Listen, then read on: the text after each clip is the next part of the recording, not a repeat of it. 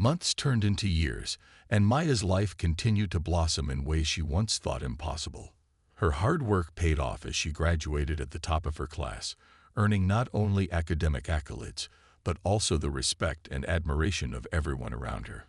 On graduation day, dressed in her cap and gown, Maya scanned the crowd for familiar faces.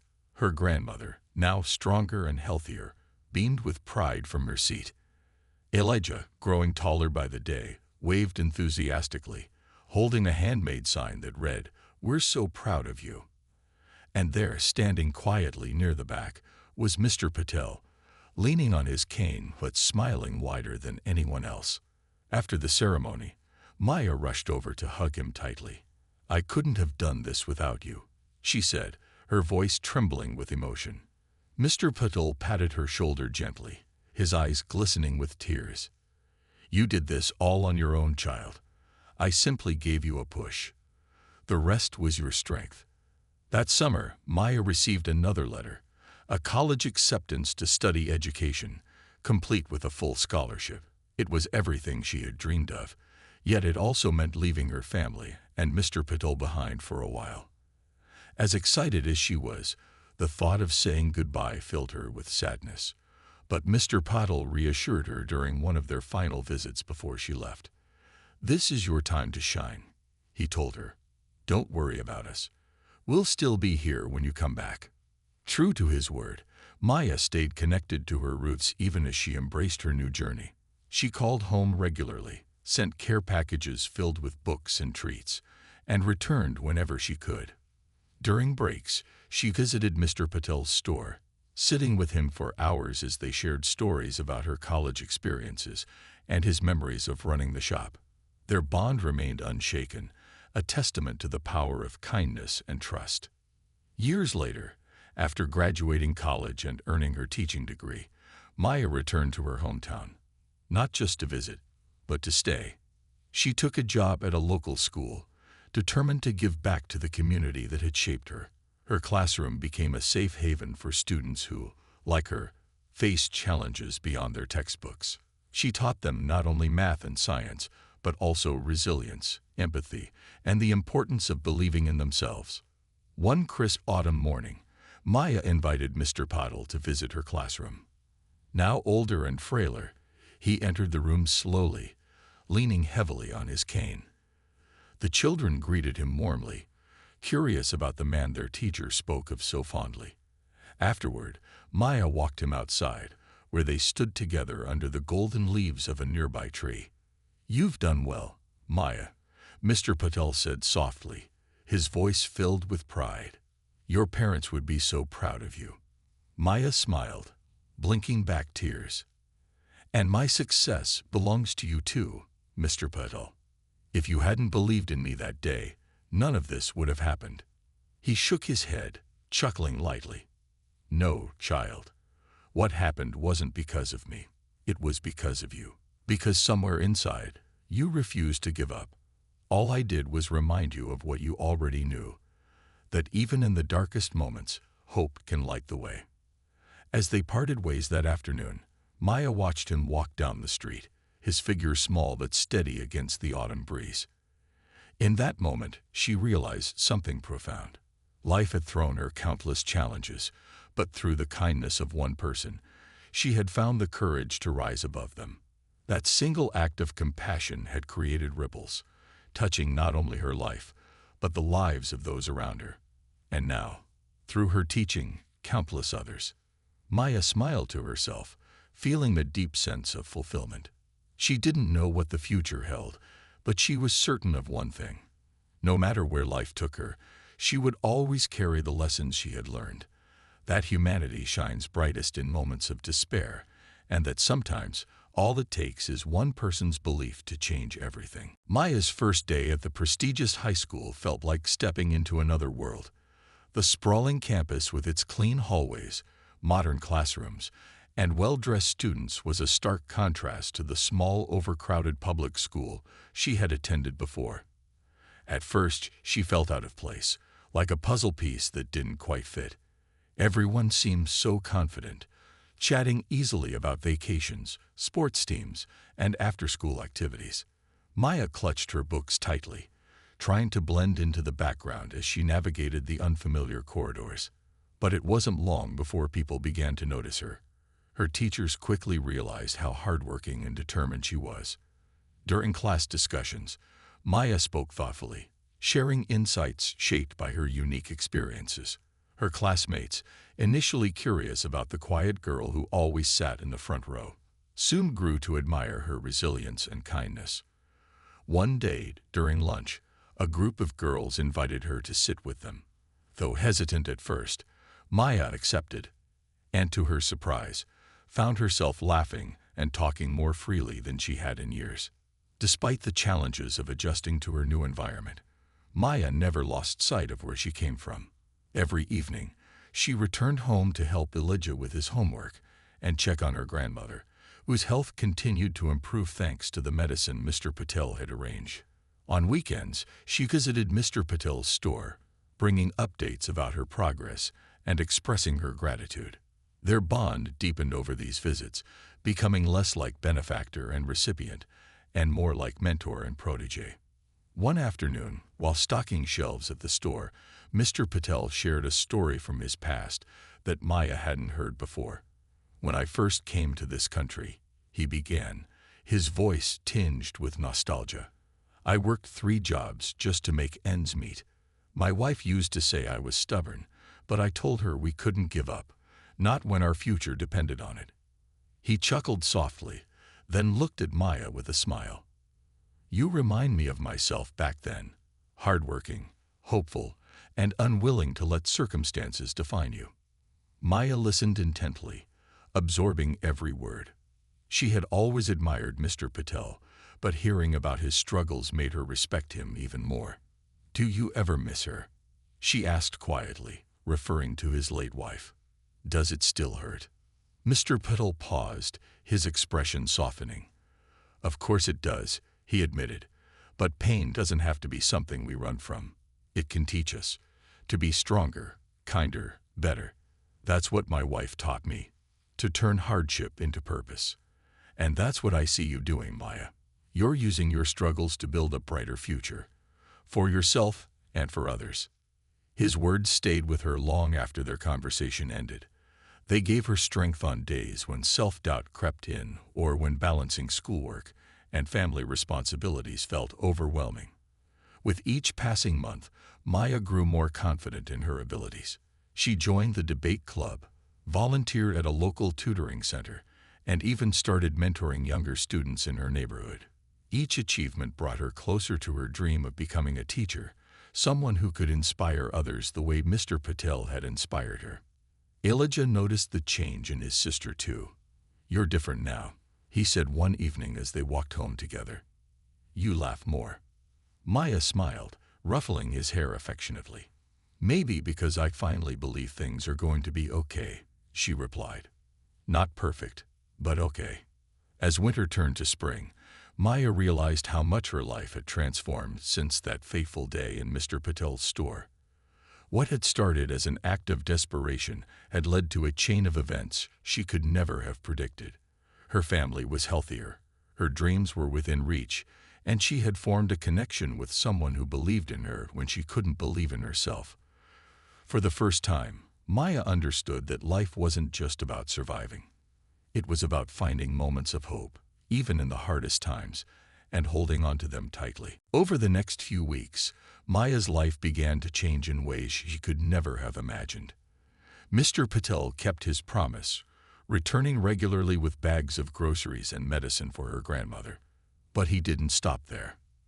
True to his word, he reached out to local charities and community organizations, enlisting their help to support Maya's family. Soon, donations of clothing, blankets, and even school supplies started arriving at their doorstep. Neighbors who had barely noticed them before began stopping by to offer assistance, inspired by Mr. Patel's example. At first, Maya was hesitant to accept so much help. She worried about being a burden or owing too much to others. But Mr. Patel reassured her gently each time. "Gratitude isn't a debt, child," he told her one afternoon as they sorted through a box of donated items. "It's a bond, a way of connecting people. Let these gifts remind you that you're part of a community, not alone in this world. Slowly, Maya began to trust him, and herself, more. With the immediate pressure of hunger lifted, she found new energy to focus on her studies and care for Elijah. Her grandmother, too, seemed to grow stronger with proper medication and nourishment. The once dim apartment now felt brighter, filled with laughter and the comforting aroma of home-cooked meals. One evening, as Maya sat doing homework at the kitchen table, Mr. Patel arrived unexpectedly. This time, instead of carrying bags of food, he held a stack of papers in his hand. "I've been working on something important," he announced, setting the documents down carefully. Curious, Maya leaned forward to see what they were. "These are scholarship applications," Mr. Patel explained, pointing to the forms. "There's a prestigious high school nearby that offers scholarships to students with potential. I think you should apply." Maya blinked in surprise, shaking her head instinctively. "Me? No, I couldn't. I'm not smart enough for that." Mr. Patel raised an eyebrow, his expression stern but kind. "Don't sell yourself short, Maya.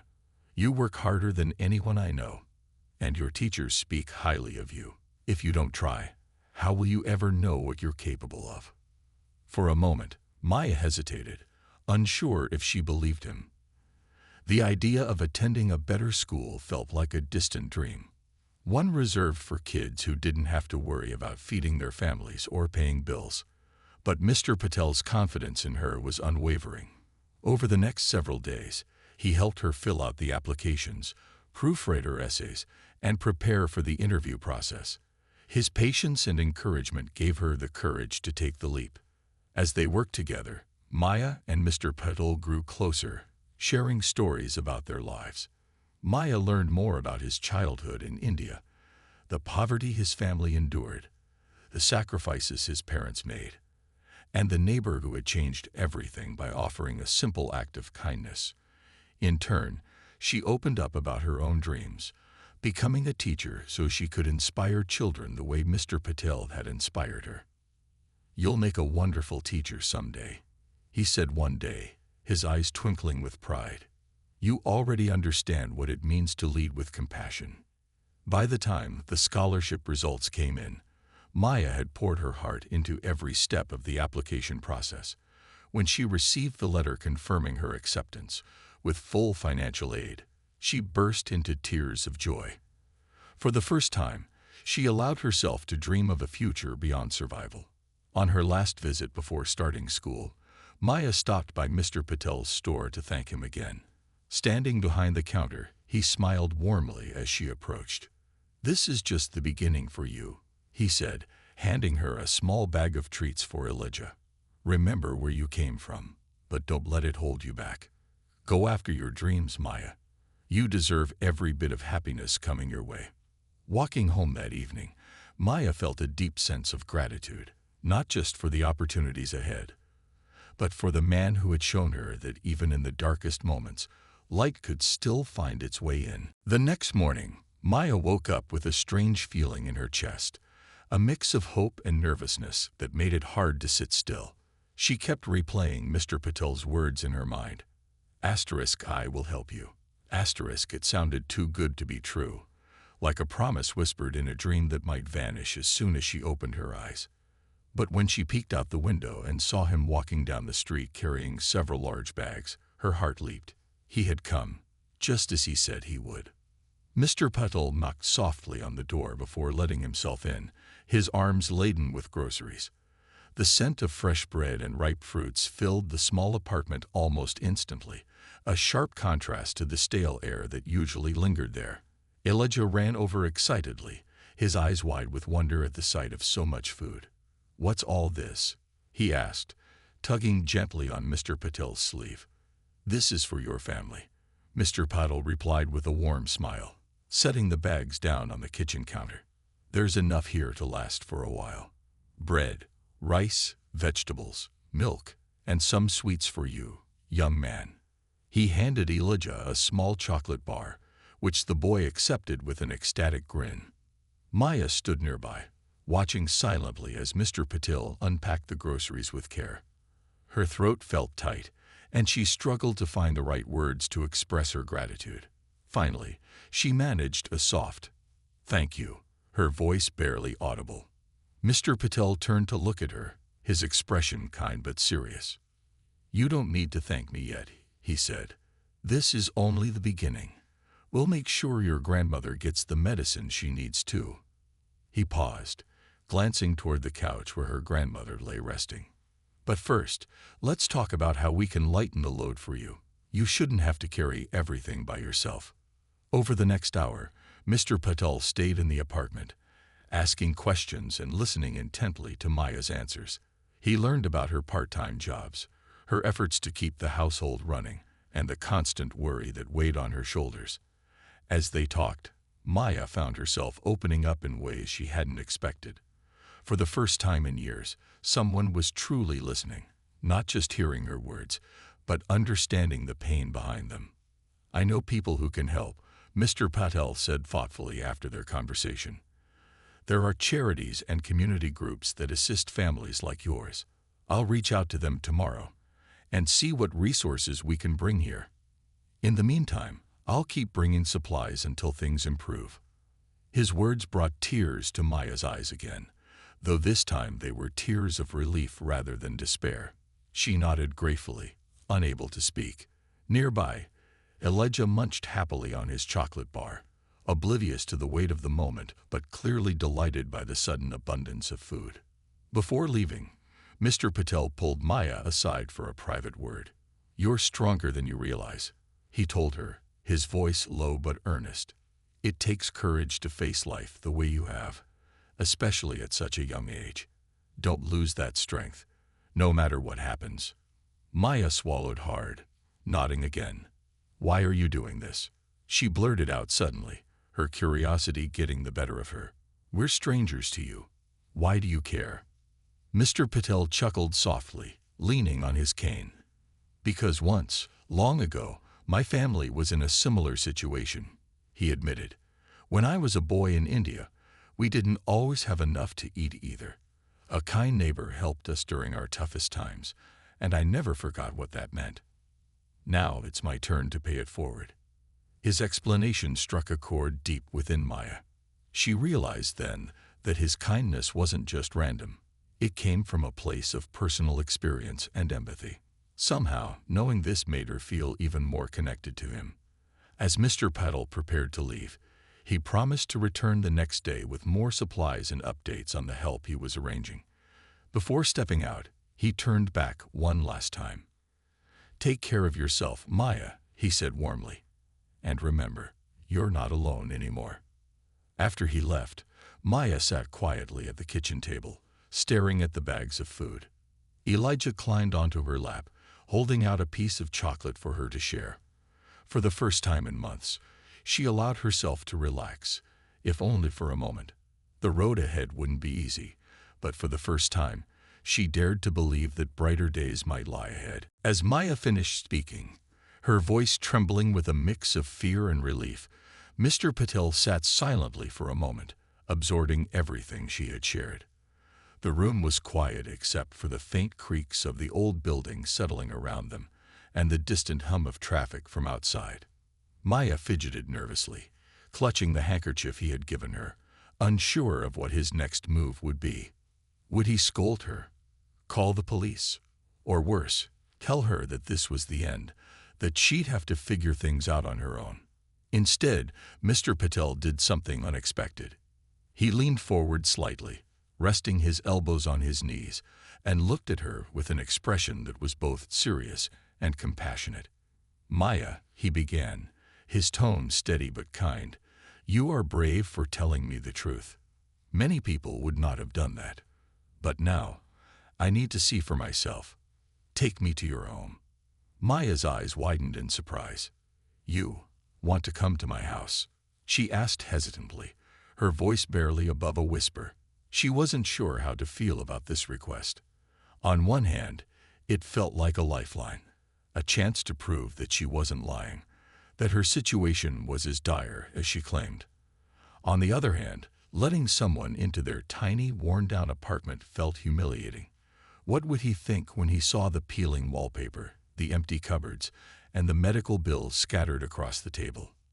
"Yes," Mr. Paddle replied firmly, though his voice remained gentle. "If you are honest with me, then I must trust you too. Show me where you live. Let me understand." After a moment of hesitation, Maya nodded slowly. She knew there was no point in arguing. Besides, something about Mr. Patel's calm demeanor made her believe he genuinely wanted to help. Standing up, she wiped her face one last time and led him out of the abandoned building, back onto the streets they had crossed just moments ago. The walk to her apartment felt longer than usual. Each step seemed heavier, as if the weight of her secrets pressed harder against her chest with every passing second. Maya kept glancing at Mr. Patel, wondering what he was thinking. Was he judging her? Pitying her? She couldn't tell, but his presence beside her, even with his slow, deliberate pace, felt oddly comforting. When they finally arrived at her building, Maya hesitated before unlocking the door. Her hands shook as she turned the key, and she braced herself for what came next. Pushing the door open, she stepped inside, holding her breath. The apartment was exactly as they had left it, dimly lit, cluttered with unpaid bills, and painfully silent except for the soft wheezing of her grandmother, who lay on the couch wrapped in a thin blanket. Mr. Pottle entered quietly, taking in the scene with a careful gaze. His eyes scanned the room, lingering on the sparse furniture, the empty shelves, and the pile of prescription bottles on the kitchen counter. Elijah sat cross-legged on the floor, playing with a broken toy car, his small frame looking even frailer under his oversized sweater. When he noticed Maya and the stranger standing in the doorway, he looked up curiously but didn't say anything. For a long moment, no one spoke. Maya watched nervously as Mr. Patel moved further into the apartment, his cane tapping softly against the floor. He stopped near the couch, bending down slightly to get a closer look at her grandmother. "How is she feeling today?" he asked, his voice soft but concerned. "She's okay, I guess," Maya replied uncertainly. "But she gets tired easily, and the medicine costs a lot." Her voice trailed off, unable to finish the sentence. Mr. Patel straightened up, exhaling deeply.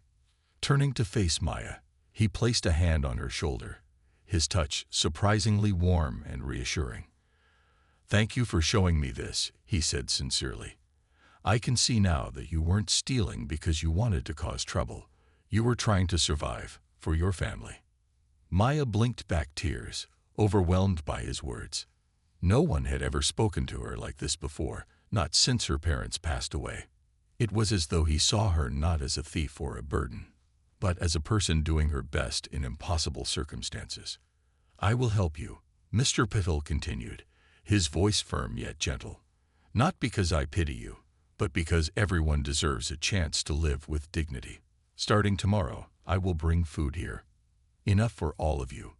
He paused, glancing at Elijah, who was now watching him with wide, curious eyes. "And perhaps we can find other ways to support your family too.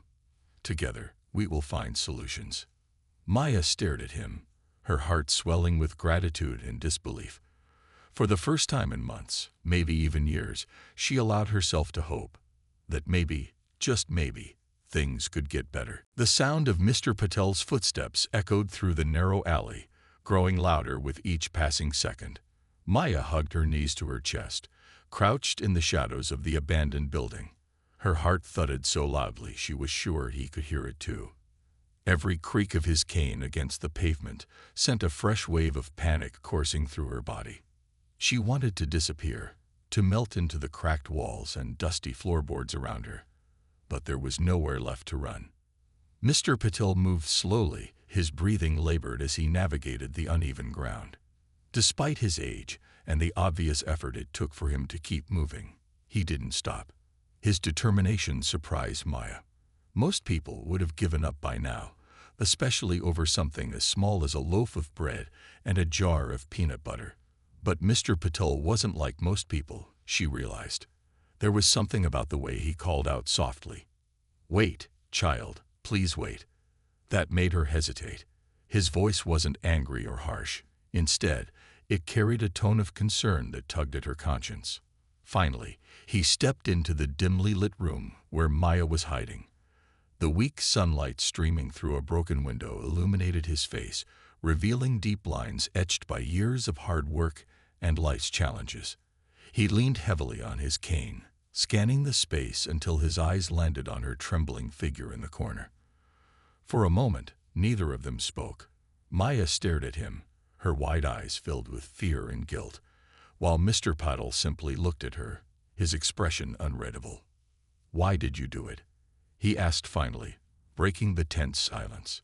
His voice was calm but firm, carrying a weight that made Maya feel even smaller than she already did. She opened her mouth to respond, but no words came out. Instead, tears spilled down her cheeks, hot and uncontrollable. She buried her face in her hands, ashamed of herself and terrified of what might happen next. Mr. Patel sighed deeply, lowering himself onto a nearby crate with a groan. He set his cane aside and rubbed his temples, clearly exhausted from the chase. Still, he didn't leave. He stayed right there, watching her silently until her sobs began to subside. When she finally looked up, sniffling and wiping her nose with the back of her hand, he gave her a gentle nod, encouraging her to speak. I'm sorry," Maya stammered, her voice barely above a whisper. "I didn't mean to steal. We don't have any food at home." Her words came tumbling out in a rush, messy and disjointed, but raw with emotion. "My brother, he's been crying because he's hungry, and my grandma is sick, and I don't know what else to do. I tried working, but it's not enough. I didn't want to take anything, but I had to." Her confession hung in the air, heavy and heartbreaking. Mr. Patel listened intently, his brow furrowed as if trying to process everything she'd said. Slowly, his stern expression softened, replaced by something closer to sadness, or maybe understanding. He reached into his pocket and pulled out a handkerchief, offering it to her without a word. Maya hesitated before taking it, dabbing at her tears awkwardly. "You should have come to me," Mr. Patel said after a long pause. His voice was quiet but steady, carrying a warmth that caught Maya off guard. "If your family needed help, you could have asked. Stealing is wrong, yes, but letting someone starve is worse. Did you think I wouldn't care?" Maya shook her head, unable to meet his gaze. "I didn't think anyone would help us," she admitted softly. "Everyone has their own problems, and I didn't want to bother you." Mr. Patel let out another sigh, this one tinged with frustration, but not directed at her. "Child, we are all connected," he said gently. "When one person suffers, we all suffer. You shouldn't have to carry this burden alone." He paused, studying her face carefully. "Tell me more about your family. Where do you live? Is there anyone else looking after you?" For the first time since being caught, Maya felt a flicker of hope, a tiny spark amidst the storm of fear and shame swirling inside her. Maybe, just maybe, this man truly cared. Summoning her courage, she nodded slowly and began to explain, her voice steadier now. As she spoke, Mr. Patel listened patiently, his kind eyes never leaving hers. By the time she finished, the icy grip of fear that had clenched her heart earlier had loosened slightly. Whatever happened next, she realized she wouldn't face it alone anymore. The next morning, Maya woke up with a heavy heart but a determined mind. She dressed quietly so as not to wake Elijah or her grandmother, slipping on her worn sneakers and tying the laces tightly. The weight of what she was about to do pressed down on her shoulders, but she tried to push the guilt aside. "It's just this one time," she whispered to herself, hoping the words would make her feel better, even though they didn't. As she walked toward Mr. Patel's store, her hands trembled slightly. The streets were still quiet, the early morning air crisp and cool. She passed by familiar sights: the park where she used to play with her brother, the bus stop where she waited every day for school. But today, everything felt different. Each step brought her closer to the moment she had been dreading yet planning all night. Her stomach churned with nerves, and she wondered if Mr. Pottle would recognize her. He always smiled when she came in, sometimes even giving her a piece of candy when business was slow. Would he still smile if he knew why she was really there? When she reached the store, she paused outside, taking a deep breath. The sign above the door read Pattle's Corner Store in faded red letters. Through the glass window, she could see shelves lined with cans of soup, boxes of cereal, and fresh produce stacked neatly in baskets. Everything looked so inviting, so full of promise. For a moment, she almost turned around, convinced she couldn't go through with it. But then she remembered Elijah's tear-streaked face from the night before, and her resolve returned. Pushing open the door, the familiar bell jingled softly overhead. Mr. Pottle stood behind the counter, organizing receipts. He glanced up and gave her his usual warm smile. "Good morning, Maya," he said kindly. His voice was gentle, like it always was, but today it made her cheeks burn with shame. She mumbled a quick hi and quickly moved toward the aisles, trying to act casual.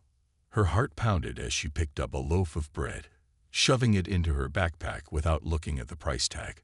Next, she grabbed a jar of peanut butter and stuffed that in too. Her hand shook as she added a few apples, their smooth skins brushing against her fingers. Every movement felt loud, exaggerated, as though everyone in the world could hear what she was doing. She kept glancing over her shoulder, half expecting Mr. Pottle to call out or stop her, but he stayed behind the counter, humming softly to himself. Finally, after what felt like hours but was probably only minutes, Maya zipped up her backpack and headed toward the door. Her pulse raced as she reached for the handle, praying that the bell wouldn't ring too loudly. But fate seemed to have other plans. Just as she pulled the door open, the bell jingled sharply, cutting through the silence like an alarm. Startled, Maya froze for a split second before bolting out onto the sidewalk. She ran faster than she ever had before, her sneakers slapping against the pavement. Behind her, she heard the sound of hurried footsteps and the faint tap of a cane striking the ground. "Wait," a voice called out. It was Mr. Pottle. Panic surged through her veins, urging her legs to move even quicker. She darted down the street, weaving between people and dodging obstacles, clutching her backpack tightly to her chest. Maya's mind raced as she ran. What would happen if he caught her? Would he call the police? Would Elijah and her grandmother be taken away because of what she'd done? Tears blurred her vision, but she blinked them away, focusing only on getting as far from the store as possible. She ducked into a narrow alley, squeezing past overflowing trash bins until she found an abandoned building with a broken door. Slipping inside, she crouched in the shadows, her breath coming in ragged gasps. For a few moments, all she could hear was the pounding of her own heartbeat. Then, faintly, she heard the sound of footsteps growing closer.